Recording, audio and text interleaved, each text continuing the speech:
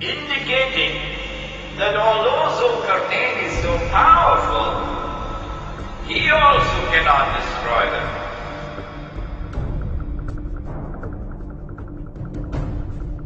All he can do is to build a barrier.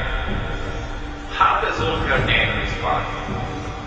He confirms this awesome power of Gog and Magog, because he says, okay, I don't need your money, but my Lord has given to me is more valuable. Help me with manpower. Bring me Zubarul Hadid, blocks of iron.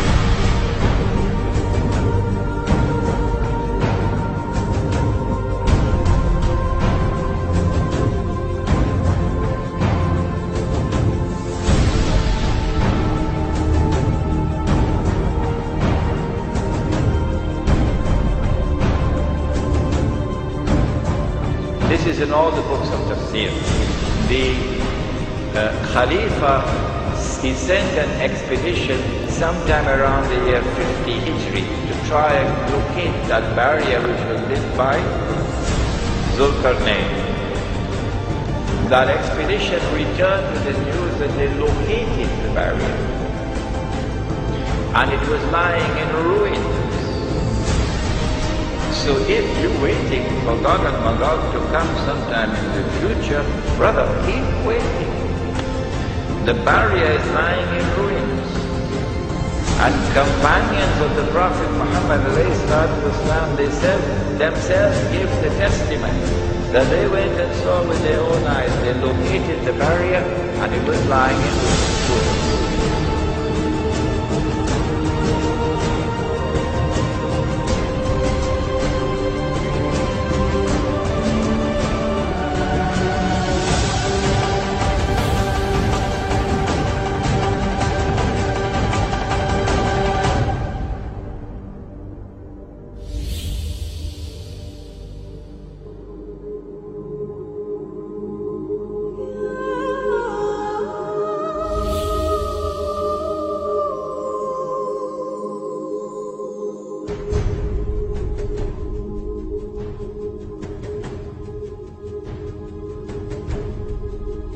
Where was it located?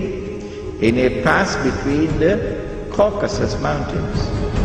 So when you hear the term white Caucasian male, there's something behind that to look into. White Caucasian male.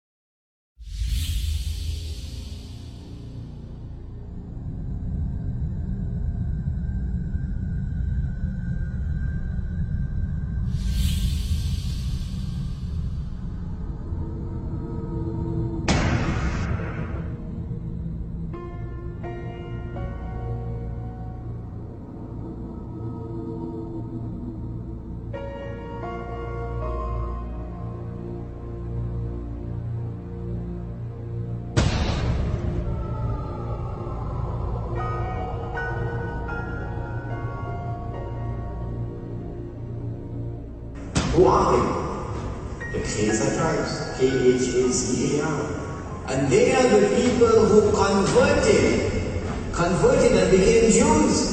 One, are white people, European people, who don't even have one drop of Semitic blood in their veins.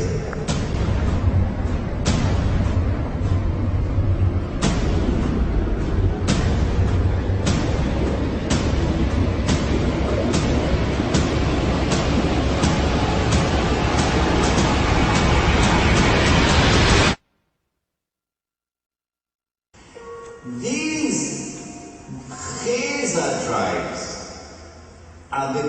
people who became European Jews. And they're the ones who were able to block the Muslim army.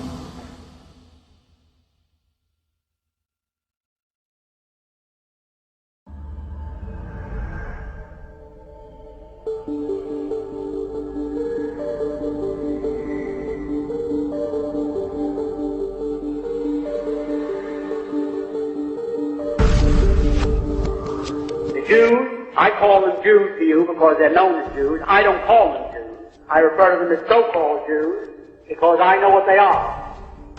If Jesus was a Jew, there isn't a Jew in the world today. And if those people are Jews, certainly our Lord and Savior was not one of them. And I can prove that.